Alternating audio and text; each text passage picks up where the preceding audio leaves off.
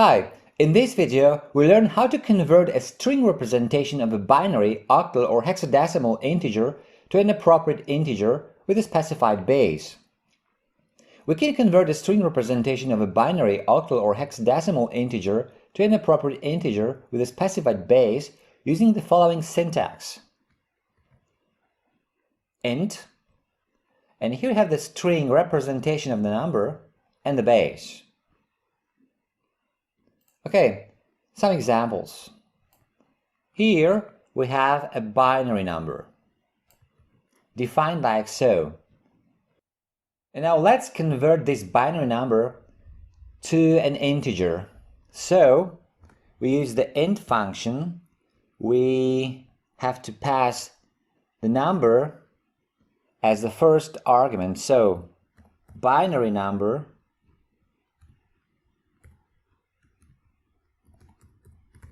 and the base, which in this case is 2, the binary number, and what you get is 9. So this is a representation of 9.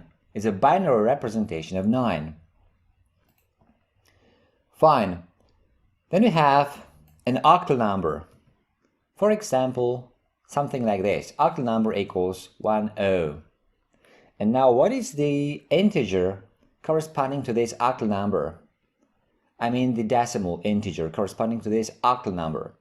We can use the int function again, like so. And now we pass octal number and the base, which is 8. And this is 8. This number, written as an octal number, corresponds to 8 in the decimal system. And one more example with a hexadecimal number. So here we have a hexadecimal number, and now we can pass it to the int function. So hexadecimal